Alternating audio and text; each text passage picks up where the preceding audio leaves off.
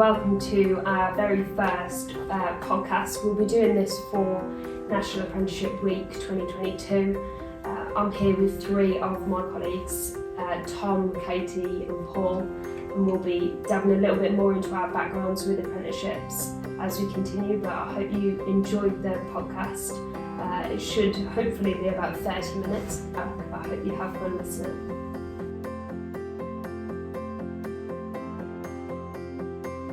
I'm Tom Bartley. I completed my level 5 HR apprenticeship, which was a framework, about 3 years ago now. Then went on to to start 12 months ago, senior leader level 7 apprenticeship.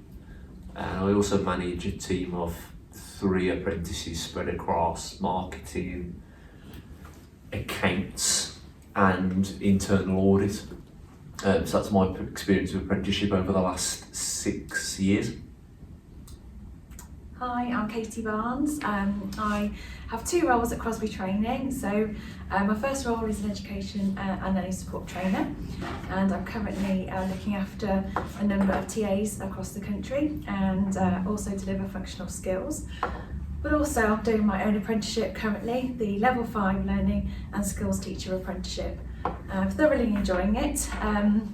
Kind of combining my background, which is marketing. I have a degree. However, later in my 30s, I have now embarked on a new journey to become a trainer with Crosby. I'm Paul Cadman. I'm the Chief Executive here at Crosby. I'm also HR Director of a chain of retail butcher shops called Walter Smith, and I'm a board member of the Institute for Apprenticeships. I left school after my A-levels and got a job and went to college doing it was called a day release course then. So I suppose that's the equivalent of what an apprentice, I would have perhaps done an apprenticeship had one existed back in the early 80s. I then in later life went to university part-time and did a postgraduate diploma in human resource development. And I'm Lily, so I joined Crosby just over 2 years ago as a business admin apprentice straight from school. I then carried on after achieving a distinction in that to a level 4 marketing apprenticeship after I kind of spent over a year at Crosby finding the speciality that I wanted to go into. And this is our kind of first podcast that we're going to be sharing throughout National Apprenticeship Week, which kind of leads on to the first question really, which National Apprenticeship Week 2022 has the vision of build your future. And I think as we have seen, the government have put a massive kind of push on digital apprenticeships, as opposed to originally maybe when they were more practical. So obviously, you know, here at Crosby we deliver butchery, we deliver aviation, but now we are spanning into that digital kind of section.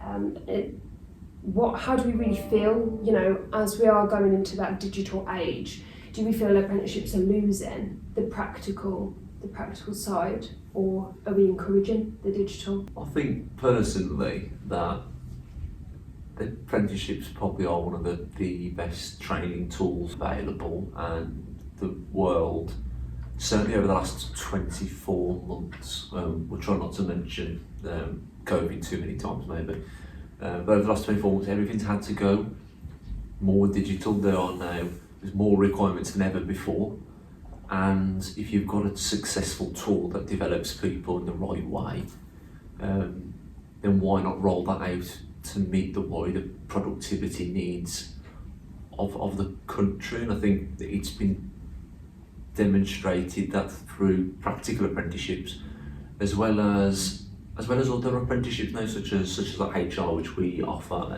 learning development, and various standards within, say, teaching, etc. It can be rolled out in any way, shape or form, given its flexibility and the way it develops people. So I think it's important that if the digital and STEM and the green agenda are at the forefront of policy, then apprenticeships have to be the way that it has to be embedded in the apprenticeship standards. I'm glad Tom mentioned, because Jennifer Coupland, who's the Chief Executive of the Institute for Apprenticeships, I'm quoting now, said only last week that apprenticeships are the best educational training tool that we have in this country, and I agree with her. But on the difference about our practical apprenticeships still happening, yes, we now have a lot other. So they were originally the only apprenticeships. Now there are, and maybe engineering, but when there were apprenticeships, engineering apprenticeships were very practical based. And what lockdown has taught us is that even the most practical of apprenticeship can be largely delivered digitally, which is why there's such a drive towards digital education and improvements. Because if you're not digital, you can't survive in the 21st century. You know, we know that butchers. We managed to get our butchers to carry out a remote endpoint assessment of practical subject. I think, you know, across this week, obviously, you know, this is launching. We're doing this a week in advance, but this will be launching on the Monday. But as we progress through the week, we know that tomorrow is kind of focused on apprentices themselves, then it goes on to employers, and then kind of more generic themes the last couple of days. As three of us here are currently on an apprenticeship, do you feel you'd be at a different place in your career or in your life right now had you have not chosen the apprenticeship route? Yeah, definitely. So I was at a crossroads really, thinking I want to become a teacher or a trainer, and what route do I take? Do I really want to do a PGCE at this point when I've got lots of teaching experience? So I really thought long and hard about where I wanted to go, and actually looking and researching, the apprenticeship route really was appealing, thinking that I could continue to do a job that I love, but equally gain more knowledge, skills and behaviours that I can apply as I'm learning that role. So for me, it was just the perfect opportunity. And again, to be sort of paid your salary as well as growing and developing individually and professionally was a real appeal. So I did change my career path from sort of business and marketing into education, but now here at Crosby and doing this apprenticeship, I really feel like I can combine those two roles, which is perfect, and definitely was the route for me. It's a catchphrase of apprenticeships that you earn while you learn, and it's probably worth mentioning that statistically proven that you will earn more in your lifetime doing an apprenticeship than almost any other, than in any occupation other than the sort of high professions or very academic academic subjects. So so and even they get to about 40 before they've caught up with the equivalent apprentice. So an apprentice will be, if you're looking at a scale and you were plotting the earnings of an apprentice and someone that goes to university, the one that goes to university will be down here while the apprentice is going up and up. And then after they've completed their degree, they might jump quite a bit, probably wouldn't quite catch the apprentice, and then they'll carry on going like that, and the apprentice stays above throughout their career, unless they're in a small number of occupations, and that's been proven. But do you think that's, because obviously it's no secret that the lowest wage out there, the lowest legal wage out there is the apprentice wage. You know, a lot of people do that because it's, you know, especially if you're a small company, you know, whether it's an independent butcher shop or kind of an independent charity or retail, you don't necessarily have the funds to to pay someone? Well, as an employer, I've never paid the minimum wage. So I've employed lots of apprentices over the years, and we've never paid the minimum apprentice wage. And I can't think of an employer that I'm aware of that ever has, although it would be better to be earning that minimum wage than nothing. But I don't think there are many employers out there who would continue to pay someone that minimum wage whilst that individual starts to have a greater value to the organisation. And that happens rapidly with apprentices. So as an employer myself, I can say that I look at the value someone's bringing to my organisation, and I try to reward them through salary increases in proportion to the value I'm getting from them. And with an apprenticeship, that happens rapidly. Yeah. So even if you started on that minimum apprenticeship rate, you wouldn't stay on it long.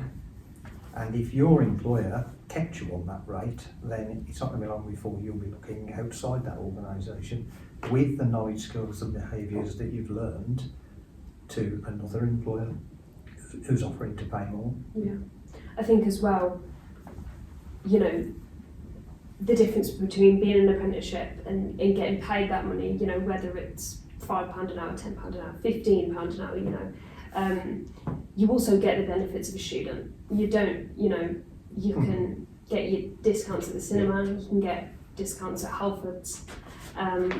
So I think there is also that to kind of combat with apprenticeships, is that not only do you get paid, you also get the same, not necessarily all of the benefits of a student or the student discounts that are out there, but you do get a majority of them.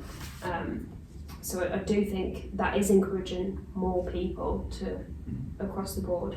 Do you think it's ever too late to do an apprenticeship? Not if you need to you need those knowledge, skills and behaviours for your role. So at any age, if you're changing jobs, or if you're needing to, your organisation needs your skills to change, it doesn't matter about your age, an apprenticeship is appropriate. There are other ways though, you know, because an apprenticeship, probably the downside with an apprenticeship is it's a long programme. So I'm not saying that every training intervention needs to be an apprenticeship.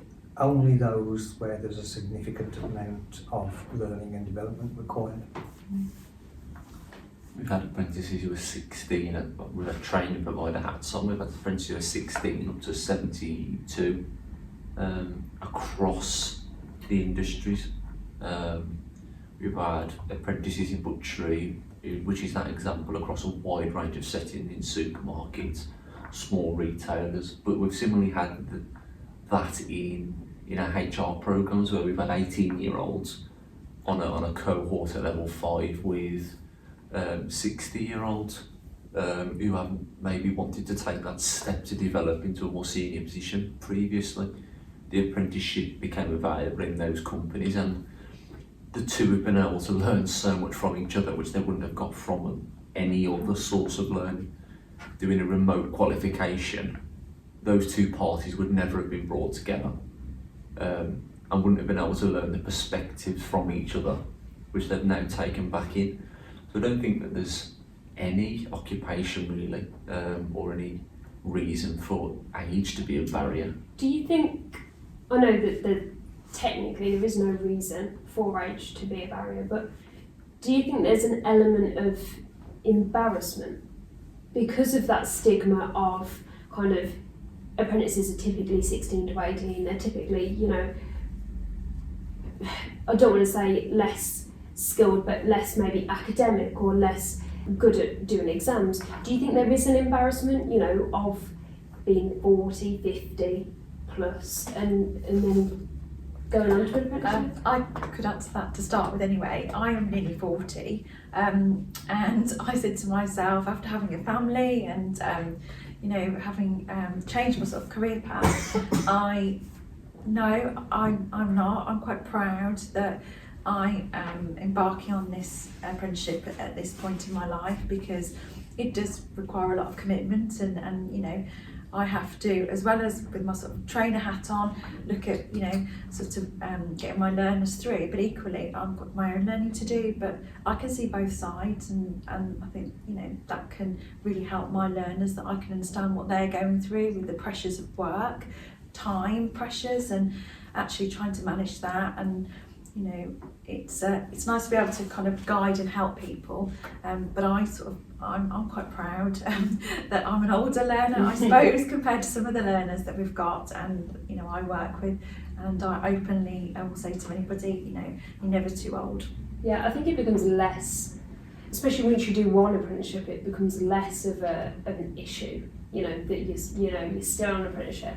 I know that when I did my interview for Crosby, about 2.5 years ago, Paul said to me on my interview, you probably don't even remember this, but he said a typical person has 7 career changes in their life, whether that's from, you know, a standard role to a manager role, or progression from a manager role to a kind of senior officer role, or etc. But everyone has 7 different kind of career changes in their life, and I really feel, you know, as a 20-year-old, or soon approaching 21, I already feel like I've already gone from like a mainly administrative role, which is when I did my level 3 administrator, now into a profession. And I feel like because I'm now on another apprenticeship, that kind of little bit of embarrassment of getting older and still being on an apprenticeship goes away, because you're learning more about it, and you realise that actually being on an apprenticeship, it's not for you've just left school. I mean, Tom, you know, you're doing a level 7. We talked earlier that level 6s and level 7s are becoming massive. Is it going to get to that point where level 6s and 7s are passing the entry levels 2 and 3?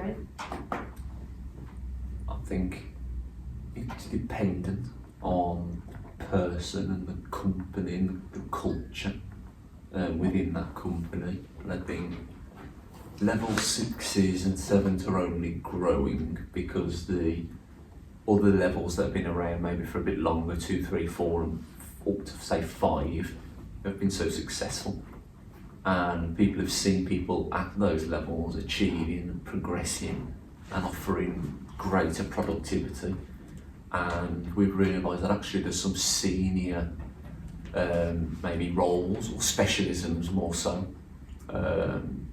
that sit at level 6 or 7 that can work as an apprenticeship just as well.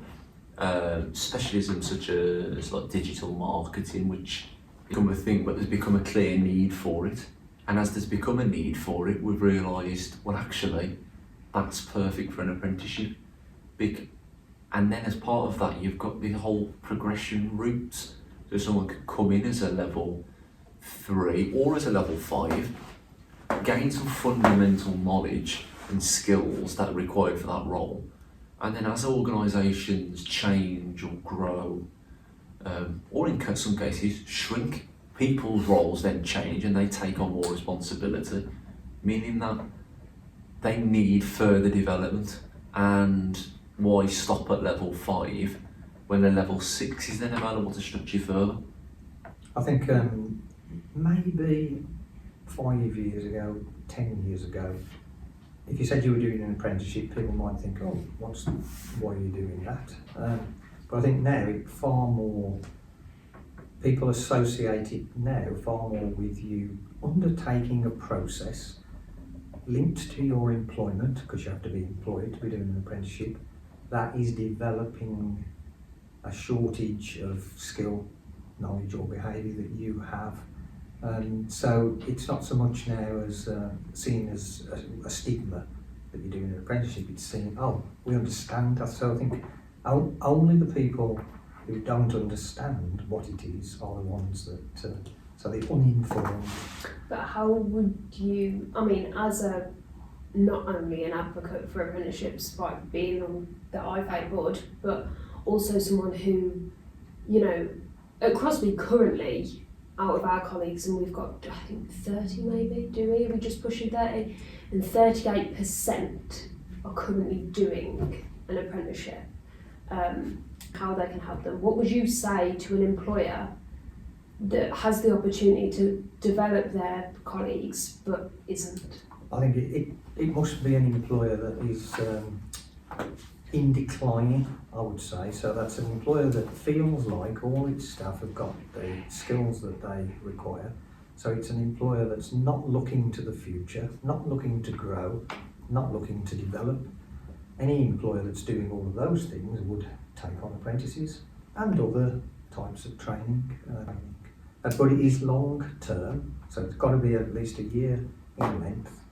And it is hard for the employer to support an apprentice through their apprenticeship because it's a cost to the employer. But any employer does that knowing that there will be a benefit for the organisation at the end of it, or not just at the end but along the way. Yeah, definitely.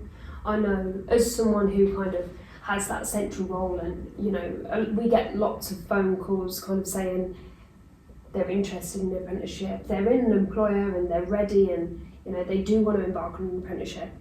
But I remember actually specifically last week I had a lady call and she was so nervous to do her functional or to do her GCSE English and Maths, as she called it, that it was really damaging her kind of progression towards enrolment, because she was that nervous of having to do her English and Maths again that, you know, and I think a massive thing, as I was talking to her, I mentioned, you know, it's not GCSE, you're not doing your GCSEs, you're doing your functional skills. These apply to the workplace.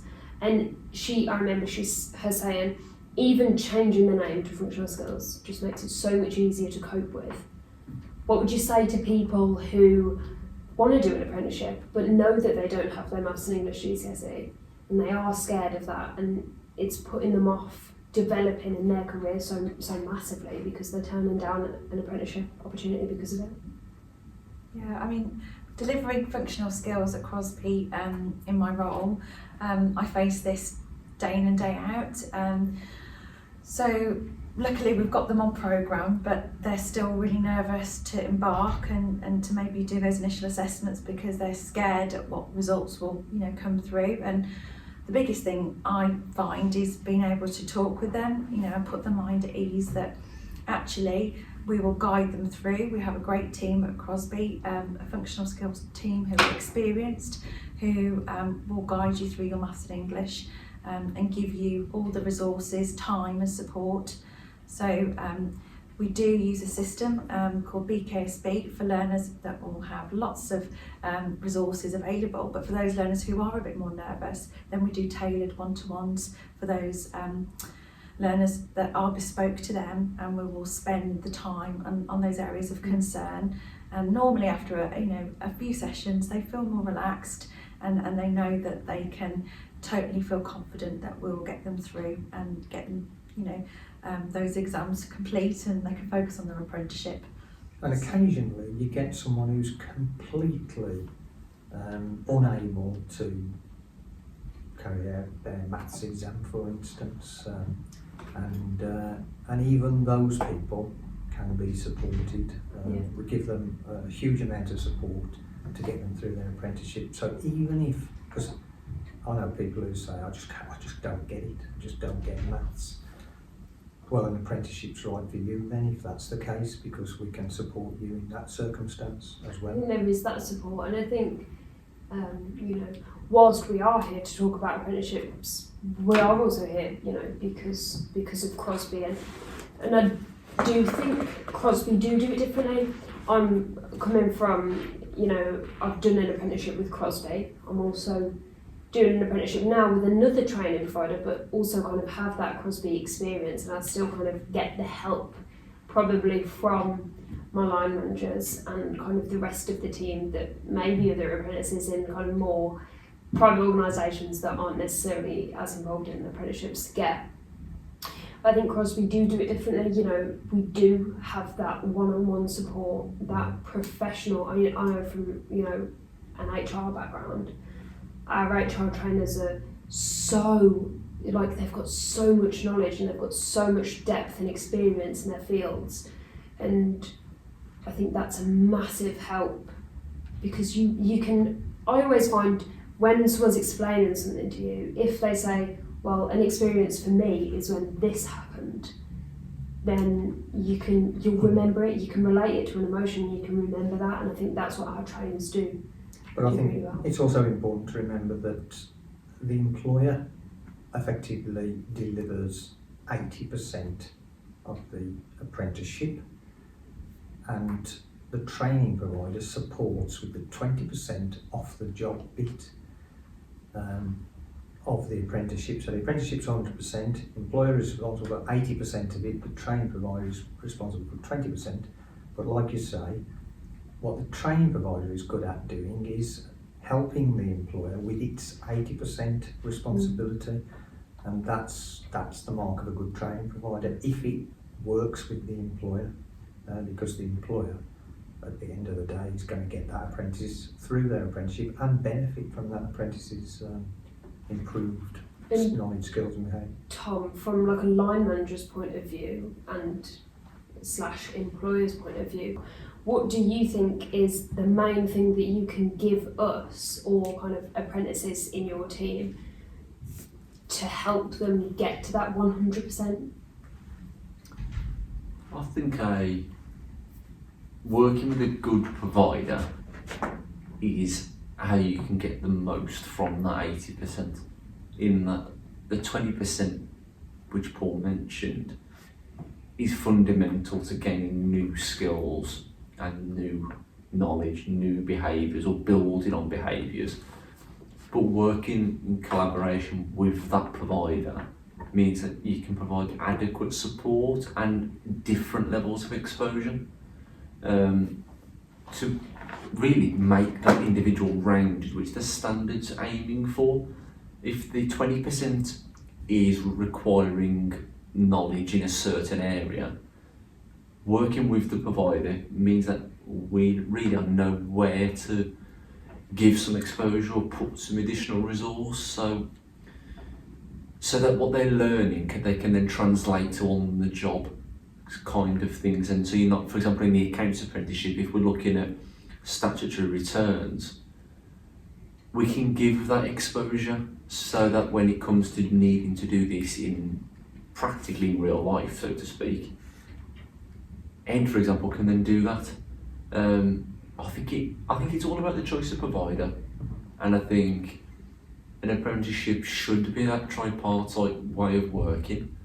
And if you've got the right employer and you've got the right provider and the right apprentice on the right programme, the 20% off the job and the 80% on the job should work all in tandem almost perfectly. And if they don't quite work that way, then it's not quite right, and there's something in the balance there. But the 20% off the job, it is difficult, which Paul mentioned, but it's fundamental as a short-term sort of time management issue occasionally. And people are busy, people have still got their personal lives, and people don't want things to move, but that short-term loss of that person not being, for example, in the office or available through home working for one day, which isn't necessarily one day a week either, it can be very flexible around the training requirements and your requirements. I'm not sure that the potential barriers at the occasional time it can cause are anywhere near as bad as the outcome which you get through that time. Another benefit that we haven't mentioned is that as an employer, I don't know everything about that occupation, even though I might employ people performing that task.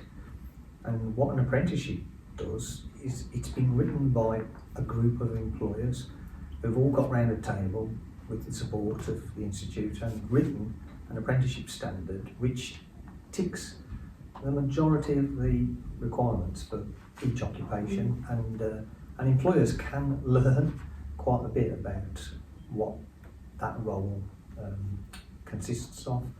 So I know I've certainly learned as an employer how to do a job better by having someone doing an apprenticeship in that job. I do think it is really important.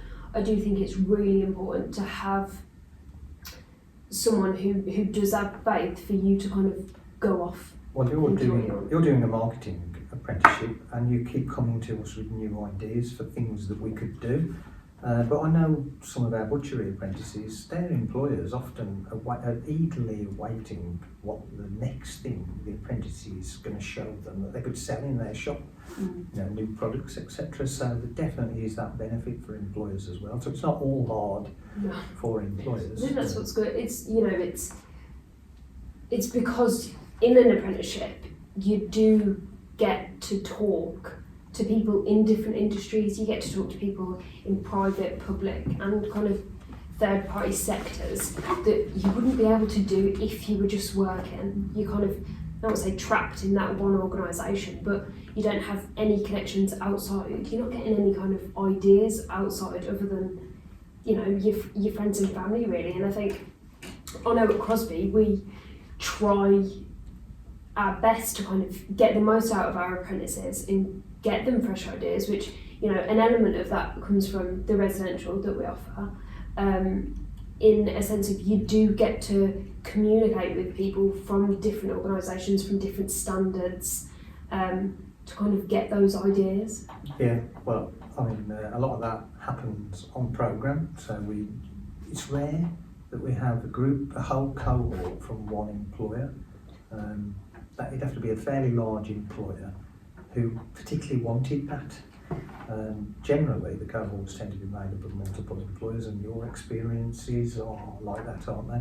And you really do learn. We often get that feedback that apprentices have learned as much from their fellow apprentices on the programme and in their cohort as they have from the trainer, which is great because the training provider has provided that environment for that to happen. And as you say, the residential, well, that's, you're spending, especially now, now that it's more practical for, everyone. A lot of these a lot of people that are working from home now, it's a lot more practical to turn your computer on and sit in a live webinar, whether it be the morning or a full day, or it's a lot more practical to do so than travel, 50 miles or travel to your local kind of training centre to meet up with a bunch of people. Yes, there is nerves around meeting a bunch of people now, but it's more practical to turn on your computer and have that. But I think a good thing about the residential is that it brings everyone together in a situation that's not necessarily normal, especially, when we go back to look at the ages. People in their 30s, say, don't necessarily do kind of outward bound kind of things. It's a different way of learning, but you do get to connect with so many different people, whether it be from different standards or from different organisations. And I know that for me, the residential, luckily, I got to go with Ed, but I was meeting, some of our apprentices doing L&D, doing HR, and you talk about your kind of EPA.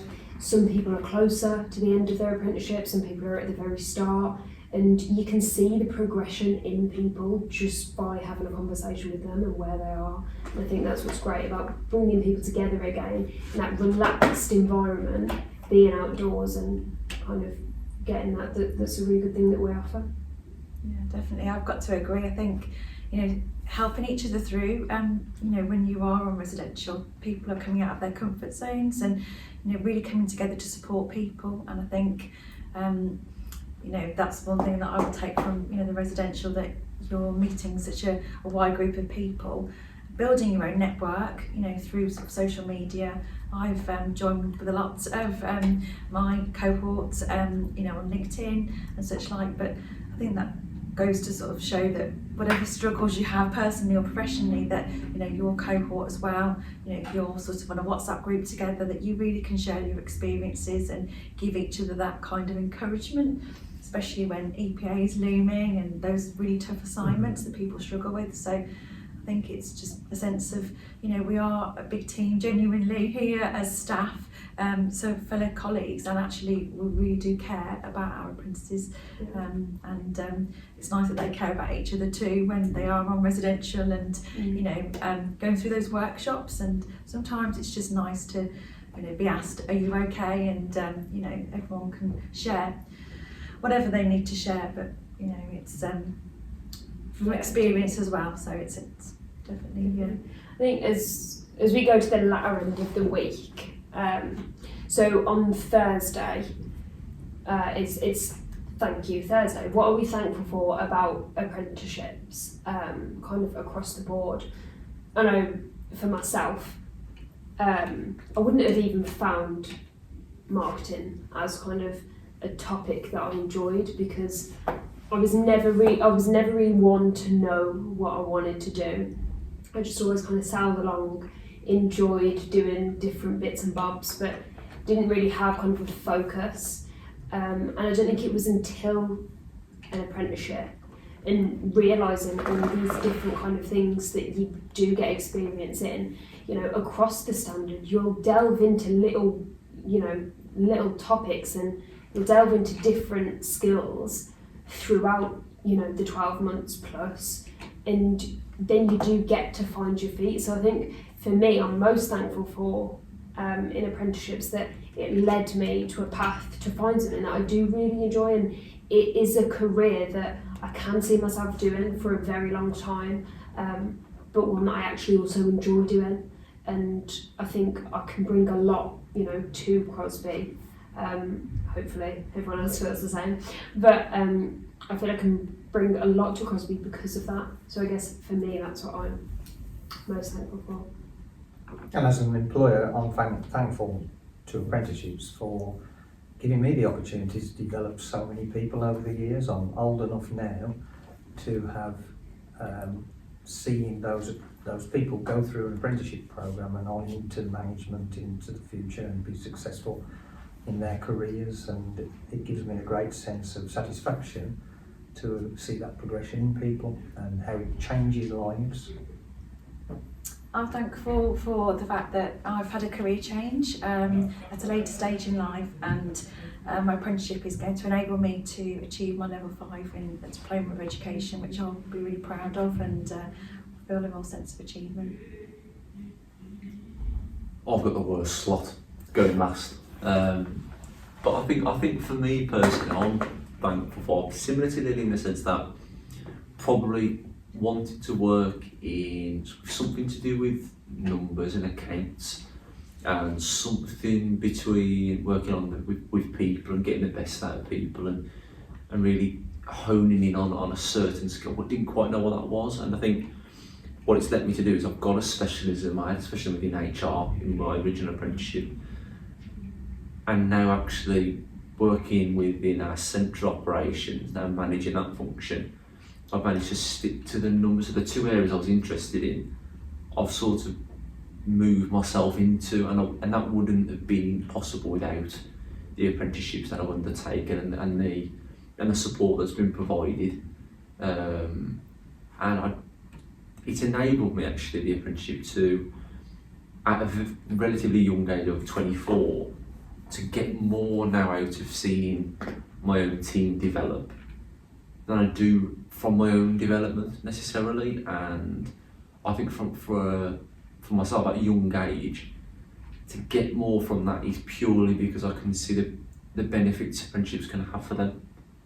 And having gone through it myself and seeing the path, seeing that people within my own team are on that path and can go into specialisms and progress, hopefully at the same kind of rate, and hopefully go way above which is what they can do. That's quite invaluable, and if I'd have gone a different route, I'm not sure that would have been possible. I'm pretty certain it would have been possible. At such an early age. So just to kind of close, thanks to you three for joining me on a bit of an idea, and we'll see if it's worked by the end of the week. But hopefully you've enjoyed our discussion, and it's given you some thoughts to take to your employers as well. But thanks to the team at Crosby. Thank you. For joining me. Thank you. Thanks, Lily.